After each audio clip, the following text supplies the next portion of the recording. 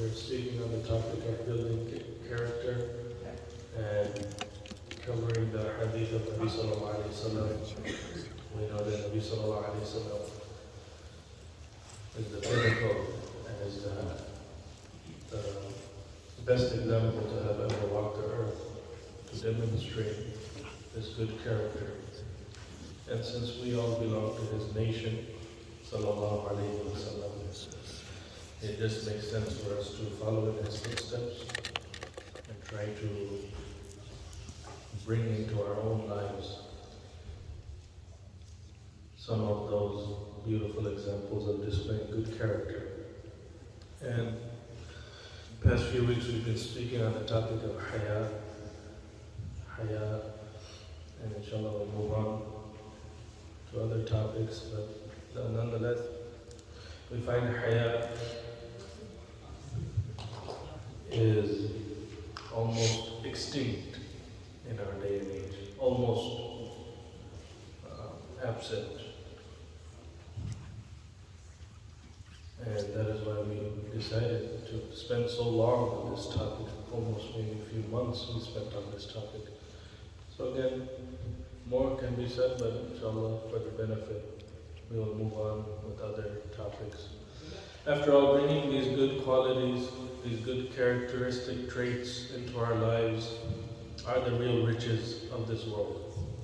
It's not about big bank accounts or big homes or luxury cars or these materialistic items. These qualities, having beautiful character, is, after all, what beautifies living in this planet. And if we don't agree with that, just imagine if the entire world were nasty people who were very rude, not polite, did not show common courtesy. It would be a very ugly place to live in. So again, good character starts with me, myself, and I, and then it expands outward. We deal with people the way we want to be dealt with. This is the principle, sunnah of our Prophet sallallahu alaihi wasallam. So again, we'll start with the real riches, the hadith on the real riches of this world. One reason why people display ugly character and are rude and impolite is they are after material gain. And they will do whatever it takes to get theirs. We always heard this. Get yours, no matter at what cost. So, contentment and greed, having this quality of qana'ah and avoiding shuh. وَمَنْ يُوقَ شُحَّ نَفْسِهِ فَأُولَٰئِكَ هُمُ الْمُفْلِحُونَ.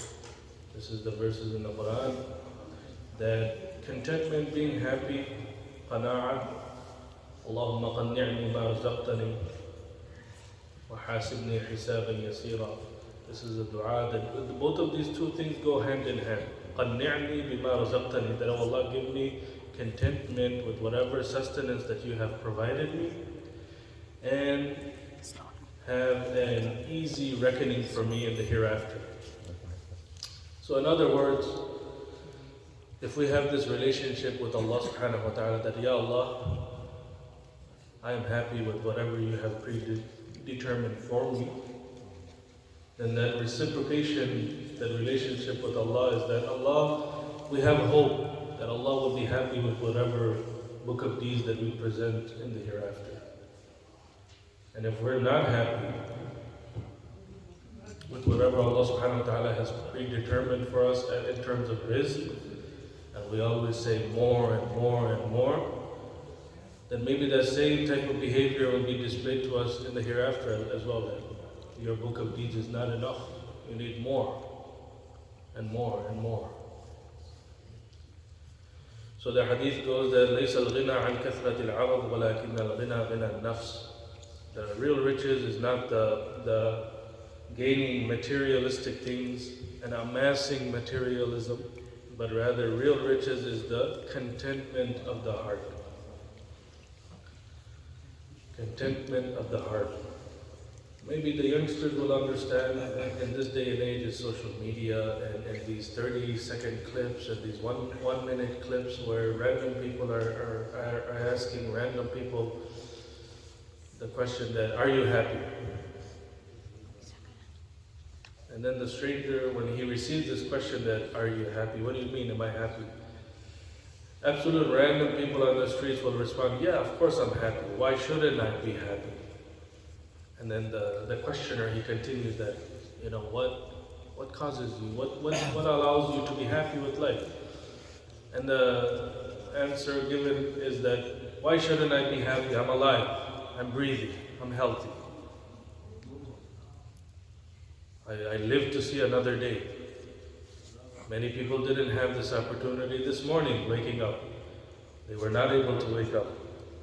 Or maybe they woke up to being stuck to the hospital bed, or are dependent on someone's help in terms of their health. So the real riches. We always claim that we belong to the nation of the Prophet ﷺ. It's about time we bring his qualities ﷺ in our everyday lives as well. If non-Muslims are able to appreciate the simple things of life, of course we as believers, as Muslims, should also appreciate the smaller things in life. Nabi Sallallahu Alaihi Wasallam's dua, Nabi Sallallahu Alaihi Wasallam was given an opportunity to be a prophet king. We know this. Jibril Amin came and mentioned to Nabi Sallallahu Alaihi Wasallam that Nabi Sallallahu Alaihi Wasallam, if he just gives the command, the mountains will be turned into gold for him, and he can live as a prophet king, just like how Nabi Sulaiman alayhi salam, he lived as a prophet king. But Nabi Sallallahu Alaihi Wasallam opted for the other option, and that is to live amongst the poor, live a life of simplicity, and also to be resurrected amongst those, the people on the lower end of the social economic spectrum. A nice way to put it, rather than saying the poor and the people living below poverty. What was the dua that we know Nabi Sallallahu Alaihi Wasallam made? Allahumma ahyini miskinan wa amitni miskinan wa ahshurni fi zumratil masakin. This is the dua that Nabi Sallallahu Alaihi Wasallam opted for when he was given the choice to live as a prophet king or the other choice. And Nabi Sallallahu Alaihi Wasallam opted for the better choice. Moving on, we mentioned regarding this word shuh. In the Quran it mentions that وَمَنْ يُوقَ شُحَّ نَفْسِهِ فَأُولَٰئِكَ هُمُ الْمُفْلِحُونَ, that whosoever is able to conquer this bad quality of greed, whoever is able to conquer that in their everyday life, then those people are the truly successful human beings. Shuh destroyed the nations of the past. And the hadith goes that خطب رسول الله صلى الله عليه وسلم فقال إياكم والشح فإنما هلك من كان قبلكم بالشح أمرهم بالبخل فبخلوا وأمرهم بالقطيعة فقطعوا وأمرهم بالفجور ففجروا. Abdullah ibn Amr, he narrates that Nabi Sallallahu Alaihi Wasallam said in a khutbah that beware of extreme greed, because the previous nations were destroyed because of it. They were commanded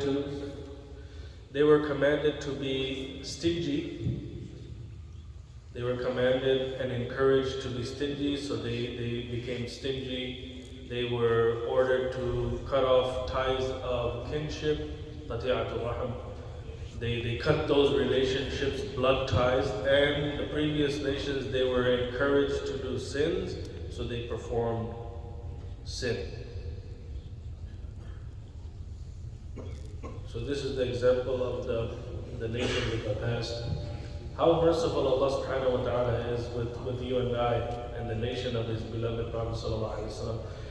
Entire nations, they were destroyed on, and if we were to pinpoint it, they were destroyed on one sin, and that sin was widespread For example, the nation of Shu'aib alayhi salam, their business dealings were unethical. They used to cheat in the scales, and they used to cheat in everyday commerce. So they were destroyed on that sin. We know the nation of Lut alayhi salam, they were destroyed on one sin, and that was sodomy. And if we look at the other prophets and we study the sins of each prophet and the nation, we will be able to pinpoint a single sin. But you and I and this final nation, we are involved in all of those combined. Every single one of those sins can be found today. Yet we are not being destroyed like how the previous nations were destroyed. And why is that? We find verses in the Quran, وَمَا كَانَ اللَّهُ لِيُعَذِّبَهُمْ وَأَنْتَ فِيهِمْ وَمَا كَانَ اللَّهُ مُعَذِّبَهُمْ وَهُمْ يَسْتَغْفِرُونَ. As long as Nabi sallallahu alayhi wa sallam is amongst us, Allah subhanahu wa ta'ala will not destroy like how the previous nations were destroyed. And how is He sallallahu alayhi wa sallam still amongst us? If we as His followers, we keep alive His sunnah and His way of life, and we bring those beautiful qualities into our life. In essence, we are keeping Nabi sallallahu alayhi wa sallam alive. The saying is, مَنْ أَحْيَا سُنَّتِي عِنْدَ فَسَادِ أُمَّتِي فَلَهُ أَجْرٌ. The hadith goes that whoever will bring back to life a forgotten sunnah, whoever will bring back to life a forgotten sunnah is as if though he has brought that sunnah back to life, and the guarantee is beautiful and tremendous reward for such an individual. So if we look at our everyday lives and we study the sunnah, I'm sure hundreds and thousands of sunnah are missing from our everyday life. And if we just attempt to bring it back to life, what type of reward will be waiting for you and I?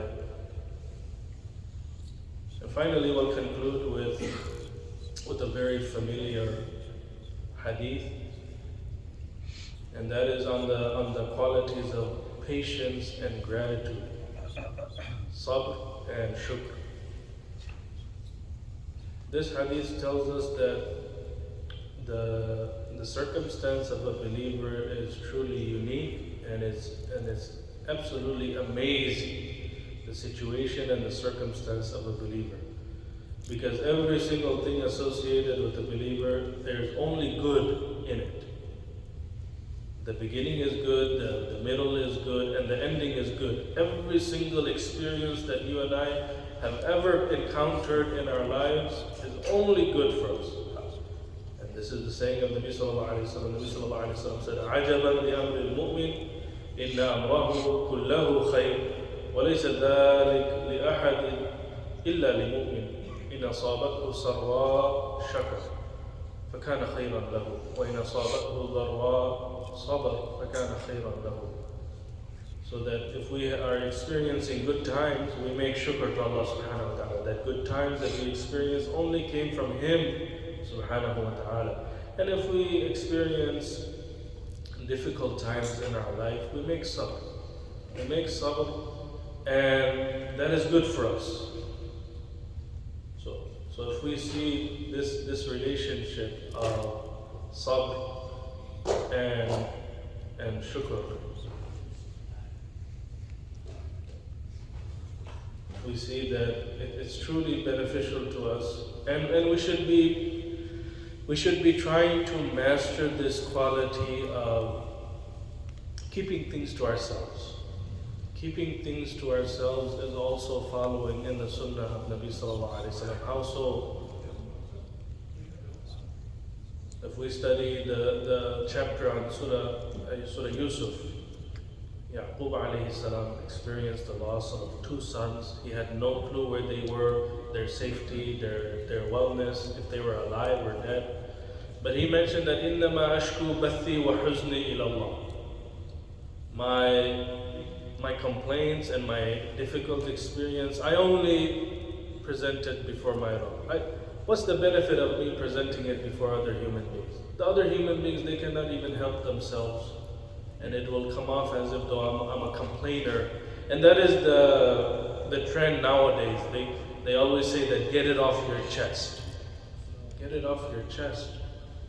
Okay, I will have my private conversation with my Rabb subhanahu wa ta'ala, and that is how I will get it off my chest. Nabi sallallahu alayhi wa sallam said, Man usiba bi musiba min malihi aw jasadihi fakatamaha walam yashkuha ila an-nas kana haqqan ala Allah an yaghfira lahu.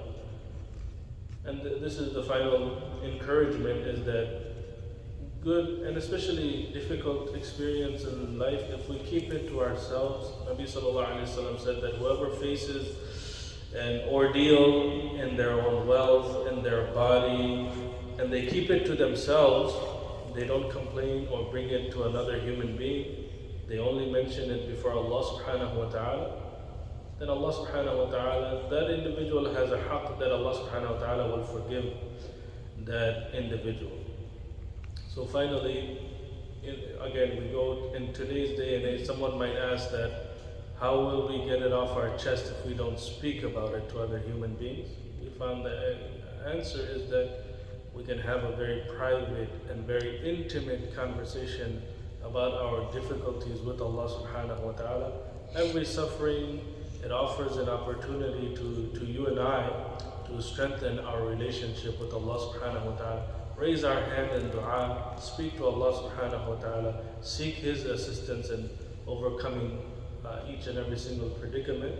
And inshallah, not only will we receive relief, but we will also be rewarded for it, inshallah. May Allah subhanahu wa ta'ala make us stronger human beings in our everyday lives, and may He subhanahu wa ta'ala allow us to build a stronger relationship with Him subhanahu wa ta'ala.